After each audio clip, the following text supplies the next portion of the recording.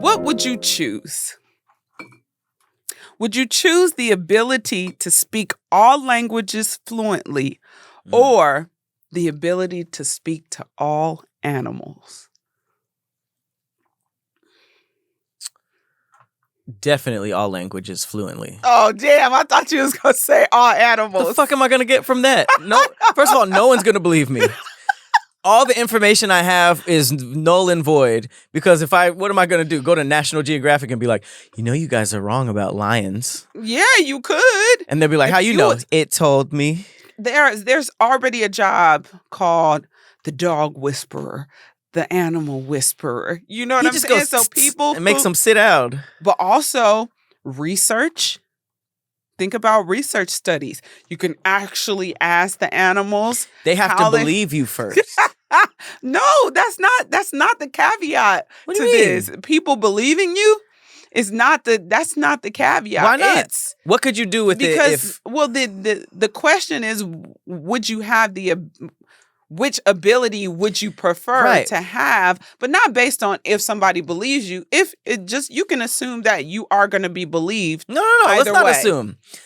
Let's say we do this on Squadcast all the time. Let's say a wizard just boom, you could talk to animals. What would you do with it? I would talk to animals. I'd be everywhere. I'd be talking to... Just chatting? Yes. Oh, you just be chopping it up with them? I would, because I would love to know.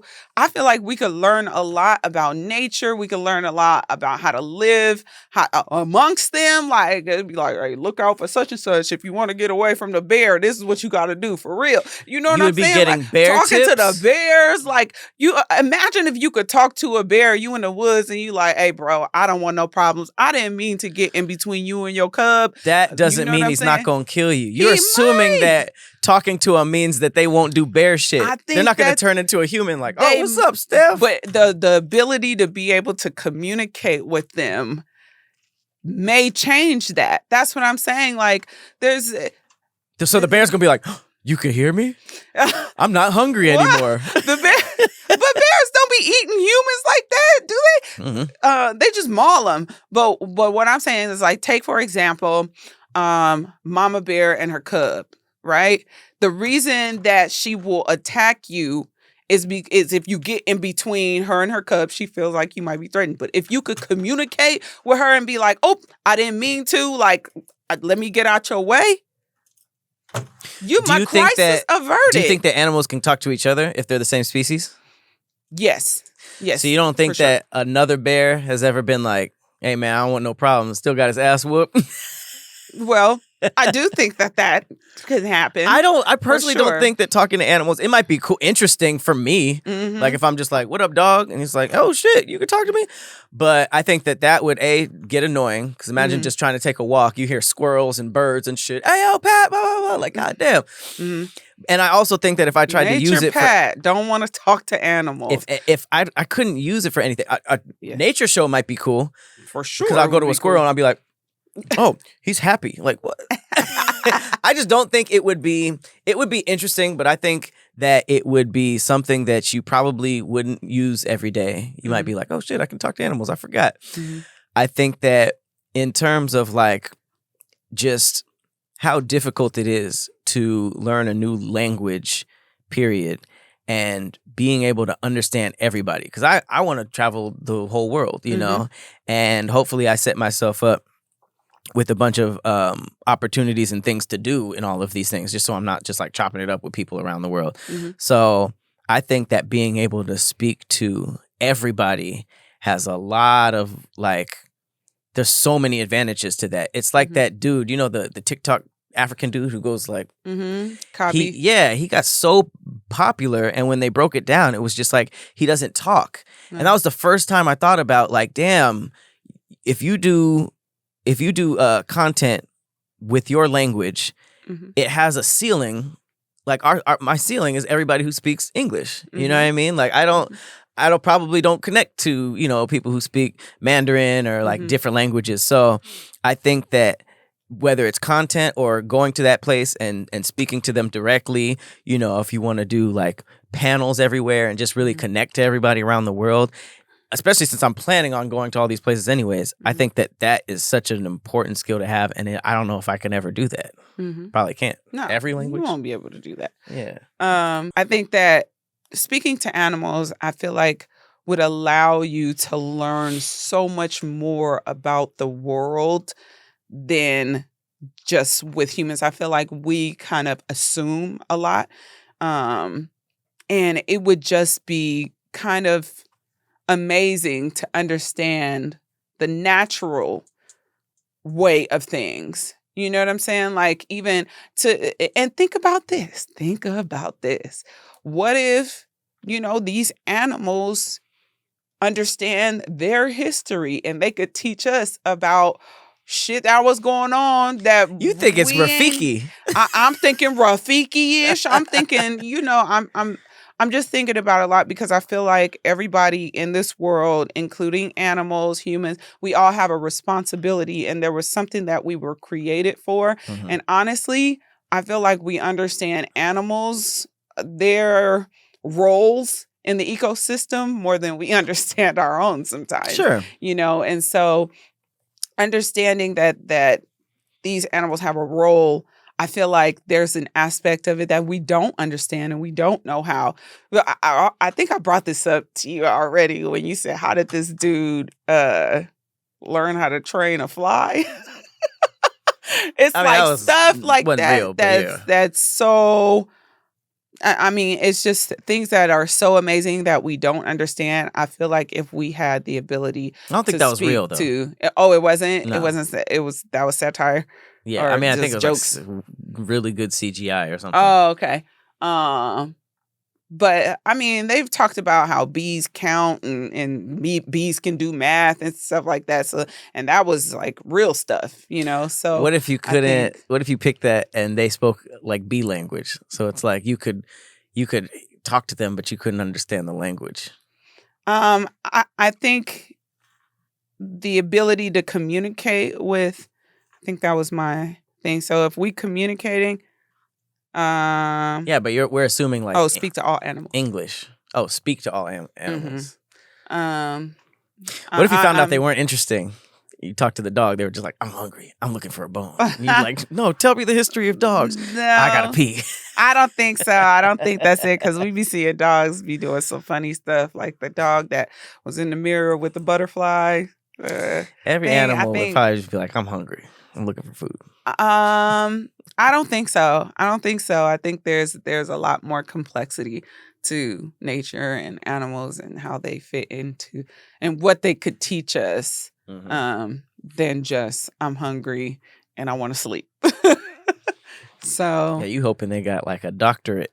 Like, no, I just think tell that you they the could teach history us of wolves, different things about different environments, and how to treat them and. Yeah. I was being combative. Of course you were. All right. Let's get into these thick facts. Okay. Thick fact number 1. In 1987, an 18-year-old freshman named Mike Hayes funded his education by asking 2.8 million people for 1 penny. Nice. It's a lot of people. That is. And they gave it. And that's a lot of change. Did he have to like go to Coinstar or something? It says back in 1987, at the University of Illinois, a freshman named Mike Hayes could think of but one option to pay off his college quandary. Never seen that word. And it was a long shot. Hayes was not penniless, but his father, a pharmacist, and his mother, a school teacher, had already put 4 other children through school. So when young Mike graduated from Rochelle High School in June 1987, it was looking increasingly unlikely that he and his family would be able to put together the $28,000 that he would need to attend the University of Illinois for 4 years. As the fall semester loomed, he only had $2,500 in his pocket from a job as a drugstore clerk. But a tremendous idea, probably the only idea I've ever had, he would call it. Damn. Mm-hmm. He said, would 2.8 million people each be willing to give him a penny? The teenager had hit upon the idea of crowdfunding. He just needed to reach 2.8 million people. With English computer scientist Tim Berners-Lee still more than a year away from developing the World Wide Web. Oh, damn. Haynes would have to find a different vehicle for making his penny pitch. That vehicle, it turned out, went by the name of Bob Greene, which was a syndicated columnist at the nearby Chicago Tribune. This reporter, a maverick reporter turned establishment columnist, is that how you say it? Greene, which was 40, was at the apex of his journalistic powers at the Tribune. He earned more than $750,000 per year. And I guess he was able to get the word out and got a penny from 2.8 million people without the internet. How do you collect it? Like, where did he?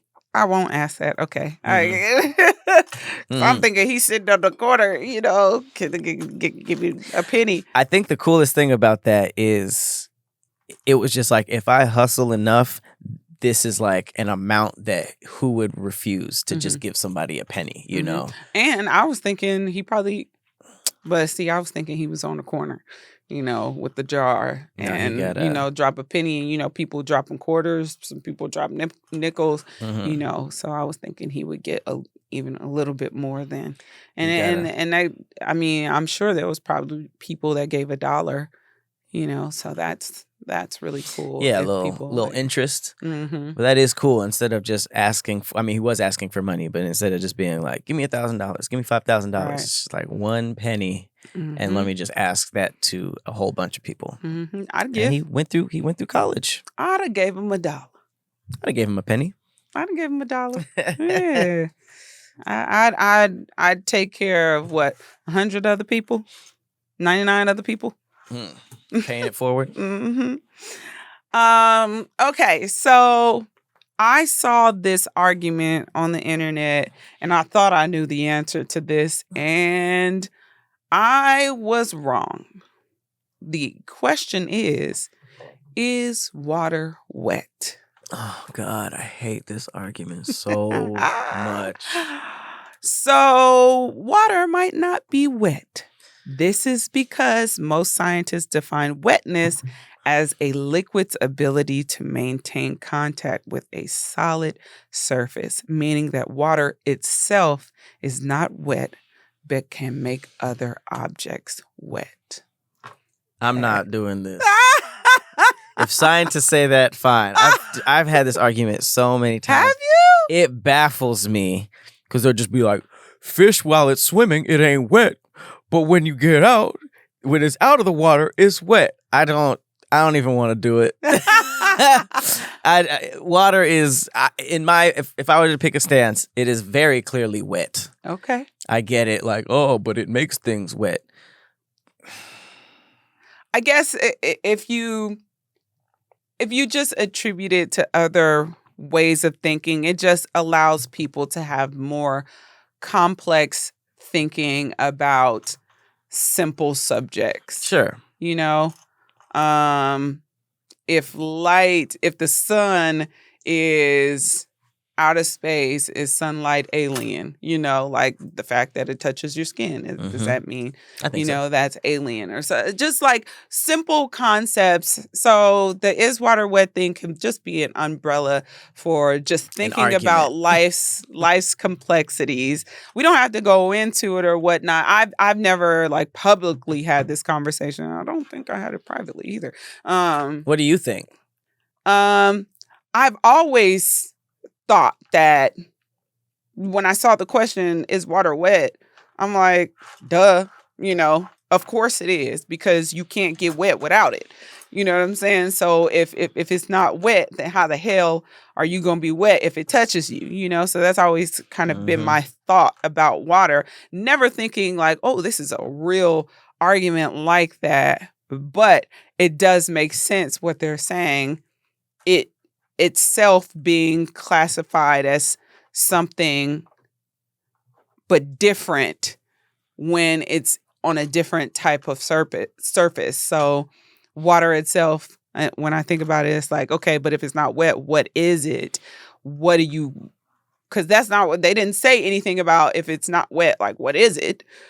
You But know, water isn't the only thing that can make something wet. All types That's of true. things could be wet. So it's just like if water isn't the specific thing that makes something wet, hmm then it's wet. Also, So- that's like so- saying is slime slimy? Mhm. Yes. Even So- though when you put something, if I were to put slime on this, this Uh-huh. would become slimy. The slime in itself is slimy. So the Yeah. water is not only watery, but it's wet. I think maybe they're just considering it a liquid, but liquids are wet. To me, liquids cause Even when it's frozen, ice is wet. wetness. Right. So I don't know. It's just I think it Steam is wet. I think it helps. I think this should be a question that's asked to grade school children to help with critical thinking.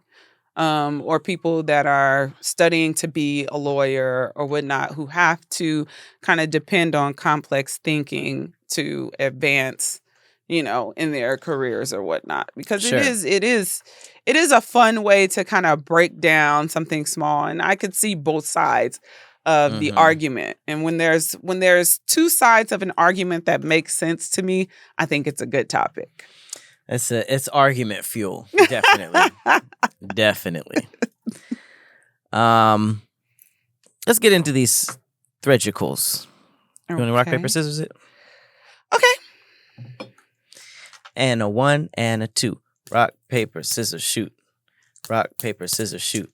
Damn it! I was gonna do paper twice too. Damn it! All right, what you got? Okay.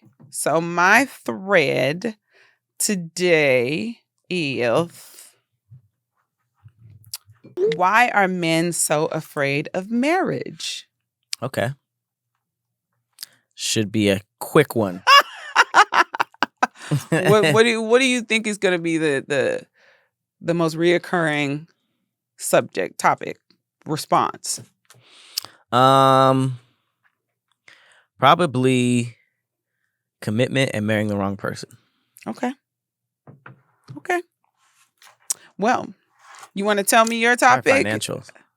Oh, no. Let's get into Okay, it. I'll just go first. Usually tell me your topic. I want to know. Well, we did the rock paper scissors and stuff, so you might as well. I was go like, into you it. leaving it as a surprise. Okay. Well, why are men so afraid of marriage? And this might be another one where the question is asked to men, but the first 30 are answered by women. Of course.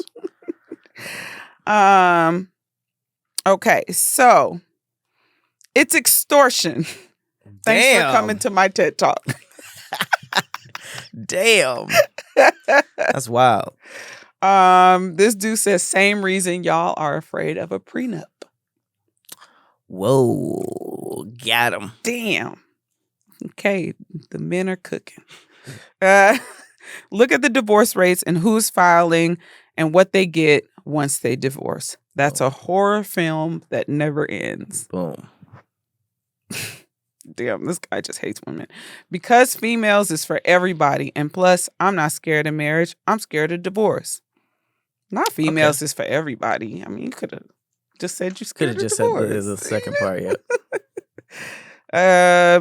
And like I said, I am scrolling to get away from the women comments. So if I take a little, it's because it's just bam, bam, bam, woman, woman, woman. Because most men aren't ready to let go of a lifestyle that allows them to do as they please. Fear has nothing to do with it. Many men just want to live a life without commitment. Men have to understand and overstand that women can't be taken for granted, played with, or used. Do not promise her a lifestyle you can't fulfill. Date men who know how to articulate themselves, who are patient with you, respect your body, mind, and who have self-control and will honor and respect you on a top-tier level. And that was a man. I was just about to ask, yep. Mm-hmm. Rockin'. Pick me otten. Damn! So you disagree with what he said? No, but I feel okay. like the super, super intricate on the spot stuff that women want to hear comments are like just trying to get comments under their comment. Oh, okay. Even if they make sense and are true. Doesn't mean he Damn. thinks that. He might. Go ask the government. Damn. It's a little vague, but okay. This guy says because a lot of women value the wedding more than the marriage. That's true, because you guys were programmed to be like big wedding, fairy tale wedding, and then you just find a nigga to fit that, and then after that, it's just like, so turns out I don't really like you like that. Oh, Wedding so was fire, everything though. she did to get to the wedding is discounted? No, I'm just saying you guys always wanted the wedding. It's not like you guys I think found the dude and then had the dream wedding. It's like y'all wanted the wedding since little girls. So, but I think there's a huge number of marriages that just got married at the courthouse. You know, so I think wedding ceremonies are beautiful ceremonies, and it's a celebration, and I don't see there being anything wrong with just valuing that on a top tier level, as long as the relationship is intact and growing. Sure, but you think the people who got married at the courthouse wanted to? Or that's just the situation they were in? I think there's a lot of people that prefer to just get it over and done with, and then they'll spend the money on the house or, or a trip, the honeymoon. Weddings be expensive. I couldn't imagine like having a huge wedding and then trying to figure out how we going. How you gonna get to the honeymoon? No, not even the honeymoon. Like they'd be like, man, we spent $70K on the wedding, $80, $90K, and now we don't know where we gonna live. You're gonna be in the Airbnbs. It's not marriage we're afraid of, it's divorce. We are not afraid of marriage. We just don't want to marry a woman that's for the streets. Factuals. Unfaithful woman. Man's life could be ruined after divorce or during it.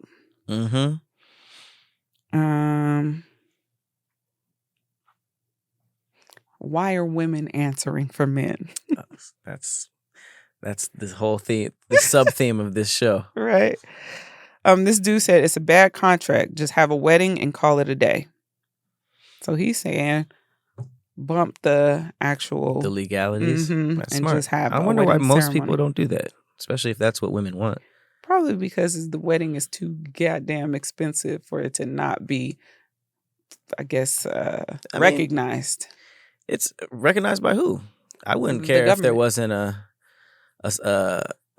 contract signed. If I went to a wedding, if the celebration was there, they put a ring on it, they were committed, they were happy, I wouldn't care with the legalities. No, I'm talking about the people in for. That's what I'm saying. They shouldn't care either. Well, I think that when you spend that kind of money for that, there are perks that come with marriage too. Right, but are they worse than the legalities that are binding y'all together when all those married couples that are forced to live together because it's too expensive? That's the nightmare. Because nobody wants to invest that much money and time into a person just for them to turn around and crush you or take you for everything that you have. That's crazy. I can imagine that. I see how people are coming out of bad divorces and they are destroyed sometimes. Because it's only beneficial for women, and women are the ones that file for divorce first. There's more to lose than to gain. To me, I'm not afraid of marriage, but it is an ideal of a legal contract, and if it's violated, there are a lot of consequences. Yep. The guy said, "There's a better question. What's the benefit for us?" Damn.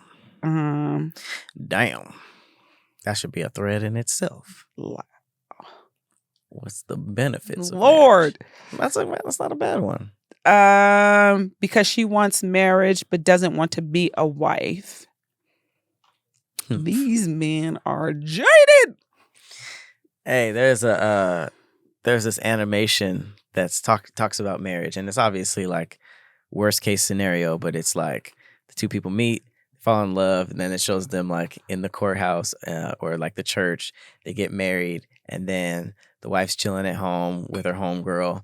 Dude's at work all day, hate boss yelling at him, blah blah blah blah blah. He comes home, he's fucking exhausted, and she's just like, "Man, you don't have time for me, blah blah blah."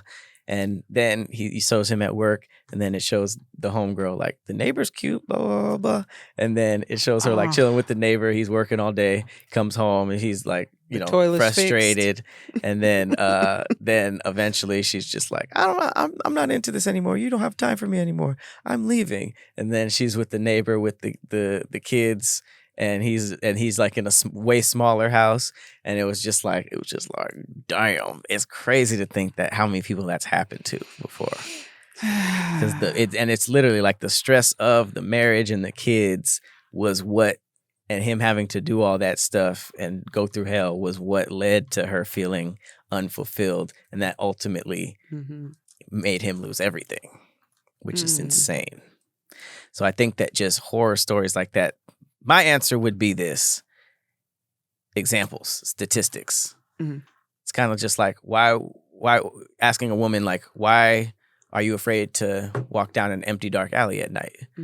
It's just like, there's nothing in this alley, but from what I've seen, a lot of bad things happen.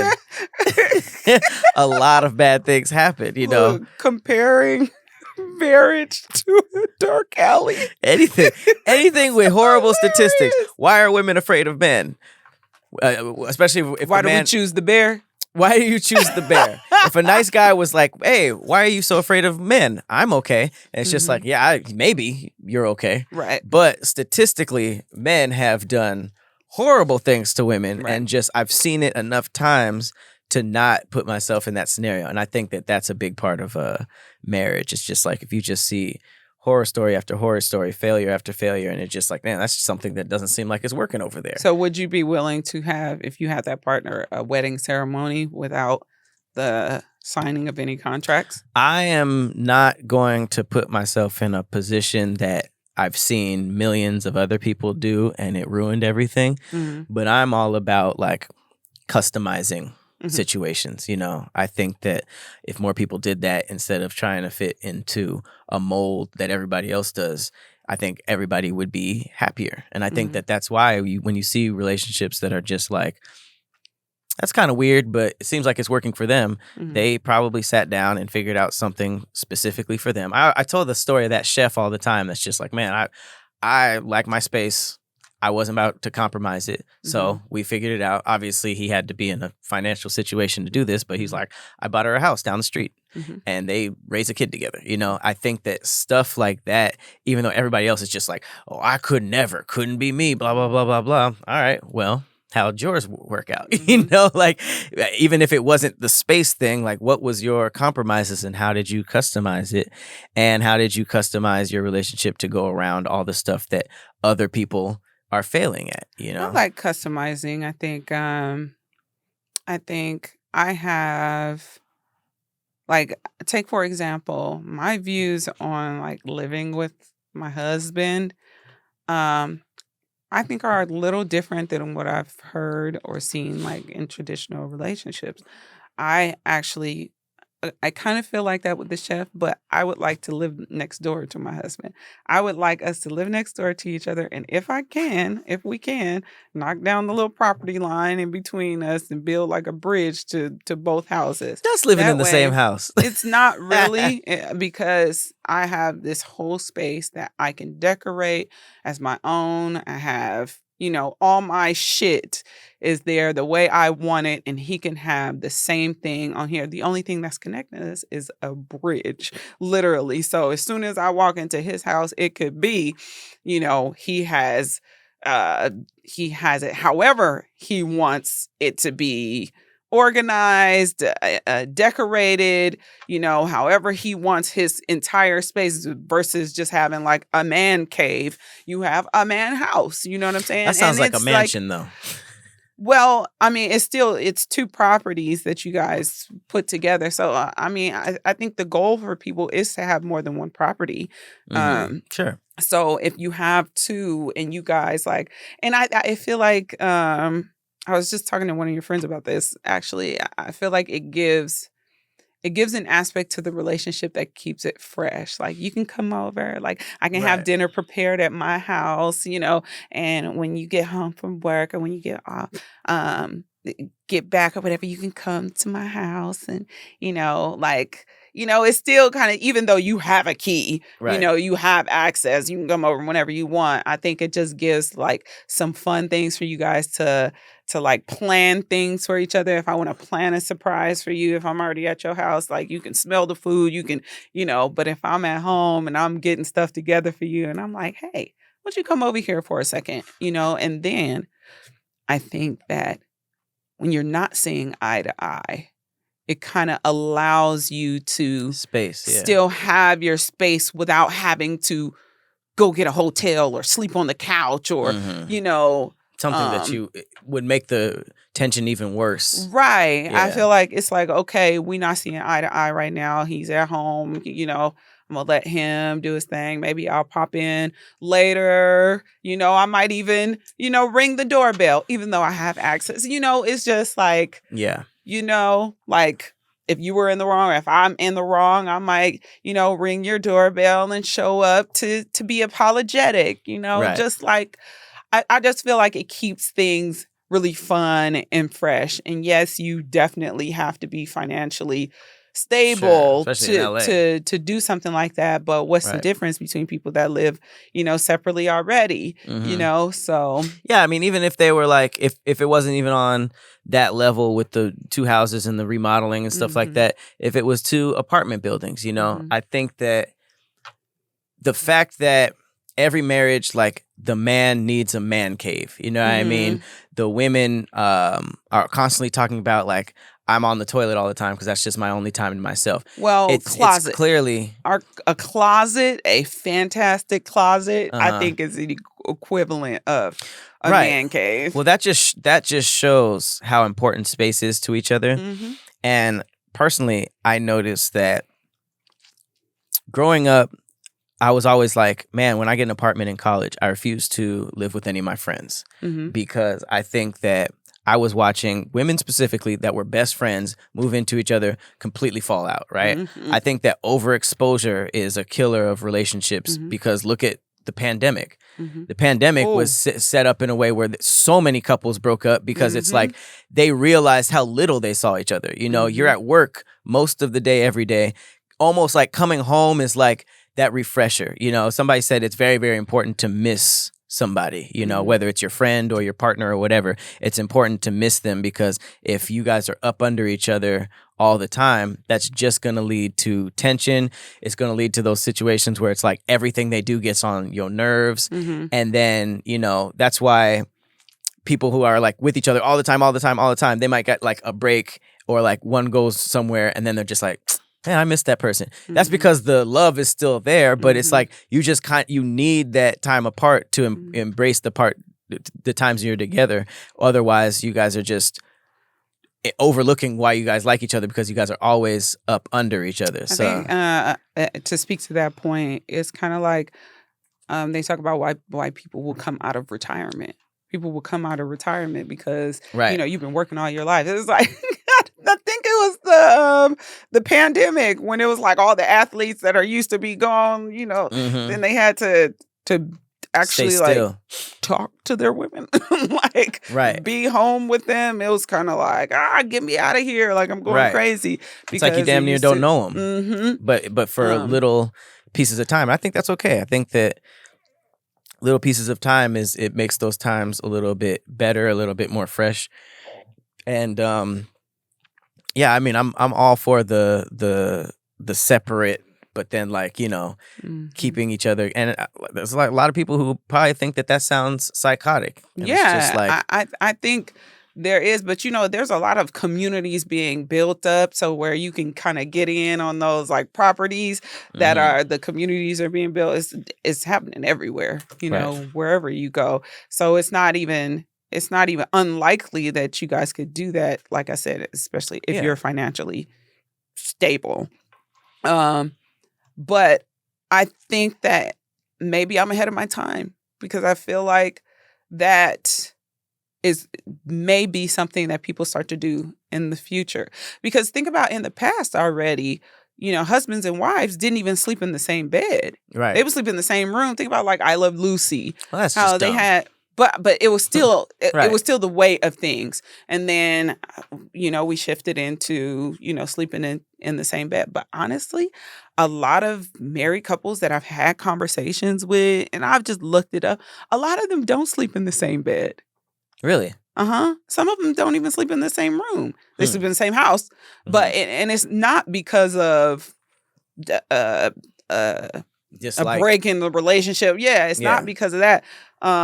Maybe one snores too loud. Maybe one Mhm. likes the room too warm or too right. cold. Once they're or locked whatnot. in, it's just like Yeah. they do what's good for them. Yeah, we live together. You're here, I'm here. Mhm. So we're gonna do what makes us comfortable. And Right. I've seen kind of like a theme that a lot of married couples are not sleeping in the bed together. And I guess it's like once you kind of get used to life, it's like, okay, we don't have to do what everybody's doing just because they're sleeping in the bed together Mhm. and they love that. We don't have to do that. We can do our own thing. And I just think finding ways in relationships to keep them alive. Yeah. That's why people do role play. People who are having sex only with each other Mhm. are finding different ways to make it, Right. fun and exciting and to keep that Custom. flame lit. Everybody's different. So like Mm-hmm. what's gonna keep two people together isn't gonna be the same as what keeps two other people together. And I feel like the common denominator between all these things, man cave, big closet, different beds, is space. Yep. Everybody wants their own space, Mhm. and I think that a lot of time crowding people together in the same space can just lead to unnecessary like rifts between people. Mhm. And I think even with kids, and I'll let you Mhm. move on after that, even with kids, like once you guys, even say with my ideal living situation, if we have girls, if they want to stay at my house, they can. If they want a room at their daddy house, they can have that. Mhm. Same with boys. If they want to, be there versus there, and it's not like you can always go. And it don't take but 3 steps to get to the next house. I just feel like I would do down the street. A light no. jog to the other person's house, Mhm. I think as a married couple, I don't necessarily want to live down the street from my husband. Like, that's that next door from my husband. Mhm. Ex-husband, yeah, you can live down the street. What but That's so we different. you can jog to it, that. But I feel like an active relationship, I don't want to have to actually put on clothes to go down to your house like that. You know Like what I I'm saying? said, custom. What works for one person doesn't work for everybody, and I Mhm. think that that's okay. That's why I don't judge other people's relationships. Mhm. You ready to hear my thread? I am. I don't have one. What? We are out of time. Are we? But I will say this. Oh. Just to piggyback on yours, you said I Love Lucy. You know how they had the different beds together? Mhm. A big part of that, I didn't know it happened in real life, but TV shows wouldn't let husband and wife sleep together. Ah. So you know who the first couple to ever be in the same bed on TV was? Martin. Fred and Wilma Flintstone. Broke barriers. They were the first married couple to have the same bed on television. Isn't that crazy? God. The cartoon? Fun facts for Wow. that ass.